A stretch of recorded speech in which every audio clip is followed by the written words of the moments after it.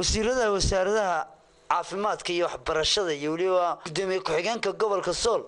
aana kusimaha barasaabka gobolka Sool duqa degmada Laascaanood bilowga dhismayaasha isbitaalka Laascaanood iyo waliba dugsiga sare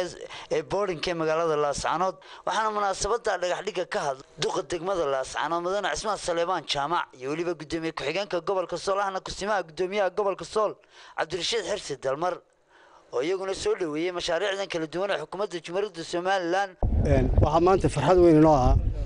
inagoo dhagax dhigayna isbitaalkii guud ee la dhisay 1945tii waa farxad weyn iyadoo maanta la balaarinayo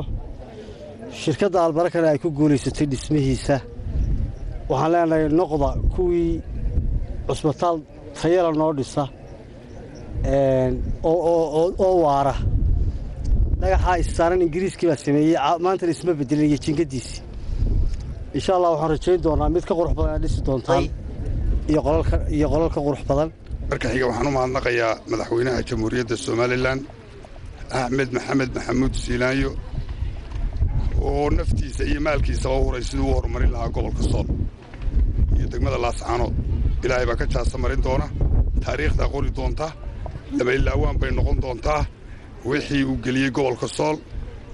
indhaha caafimaadka qabaana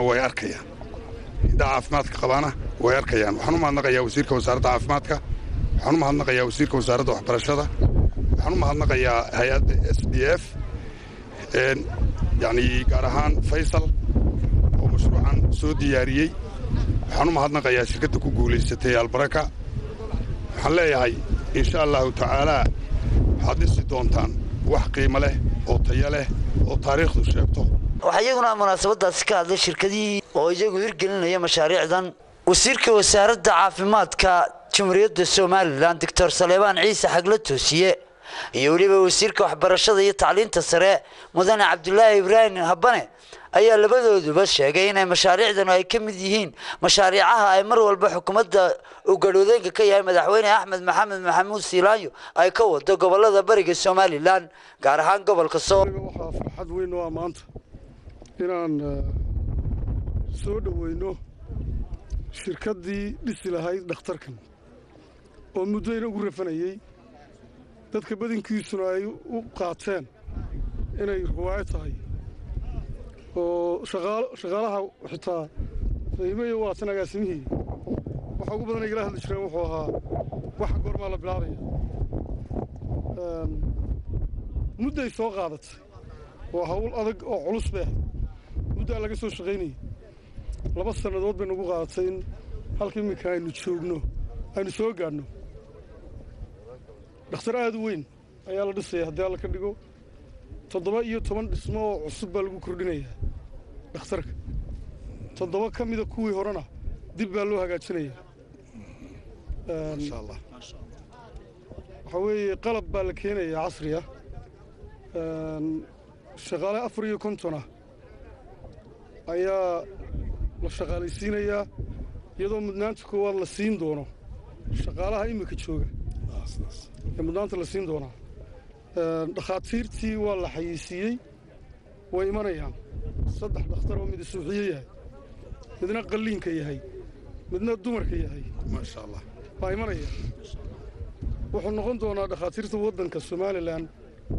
kuwa ugu waaweyn ay noqon doonaan $3 milyan ayaa gelaysa dhismaha iyo wadista hawsha iyo dhakhaatiirta muddo 2 sanadood lacagtii ugu badnayd ee meel caafimaad geliyo waxa weeye waa ceergaabana 3 milyan baa la gelinayaa Laascaanoodna 3 milyan oo caafimaadka waxbarashadiina way sii dheertay iyo biyihii marka waxaan jeclahay dadka reer Laascaanood mid baan leeyahay waxaan rabaa shirkadda ku guuleysatay tartanka in la soo dhaweeyo lana shaqeeyo security-goodana la damaanad qaado sida agaasimuhu sheegayo waxa weeye darbi baa weyn baa idinku goonaa oo hay'aduhu iyo kombaniyada kale private-ka dad kasta ha leedahay way ka baqaan halkan imaadkeeda sababtuna waa nabadgeliyo xumida nabadgelyadiinna ilaashada nabadgelyadu waa furaha horumarka meelaan nabadi ka jirin horumar kama jiro galbeedka ayaynu dhahnaa iyagaa dawladdii qaatay wax walba iyagaa qabsaday wax walba iyagaa sameeyey sababtu ma aha inay wixii hantidii dalka qaateene nabadgelyada ayay inagaga horreeyeen meeliba meeshii waddankan ay nabadgelyada kaga horraysay way ka horumarsantay meeliba meeshii colaaddu ku dambaysana way dibdhacsantah nabadgelyada ha lagu dadaalo labada beelooda walaalaha ee halkan gacanta ku kala gaadhina waxaan aad iyo aad uga dalbaynaa inay arrinta wixii dhibee dhexdooda yaalla si nabada ku xalliyaan oo nabad ku soo dabaalaan oo halkaa ku joojiyaan colaadda waxaa imanaya ambalaas cusub waxaa dhismayaasha ku jira xafiiskii gobolka waxaa imanaya gaadhi gobolku leeyahay shaqaalaha gobolka 4 baa kaga jirta 4 iyo 50ku 4na waa gobolka 50kuna waa dhakhtarka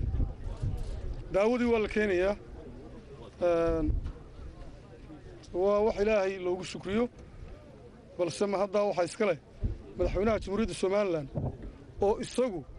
amray in labadaa gobol ee ka dambeeya dalka intiisa kale in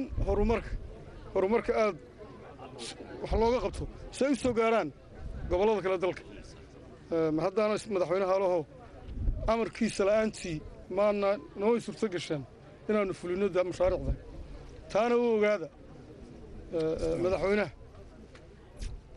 waa madaxweynihii ugu horreeyey ilaa ingiriiskiisa agaasimu sheegay waa horumarkii ugu ballaadhnaa ilaa saxaanad la geliyo waxaan hadalka kaga baxayaa laga bilaabo iminka waxaan ku wareejiyey dhakhtarkiisa ay u dhisto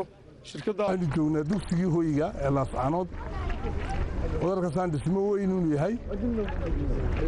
dhismahaasoo intiisa badan dayactir u baahan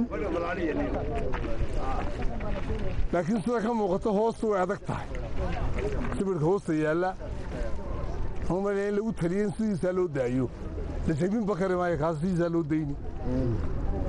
shirkaddii ku guulaysatay tartankii qandaraaska taygar baa laydhaa ninka cabdinuur laydhaahaa alxamdulilaah waxaa laydinka doonayaa in sida heshiiska aad u gasheen aad ugu dhammaystirtaan injineerka loo qoray halkan ee wasaaradda ka wakiilka noqonaya iyo ninka mashruuca madaxda kaana waxaa laga rabaa inay ku ilaaliyaan wixii lagu heshiiyey waa barkhad cumar axmed telefishinka qaranka somalilan laascaanood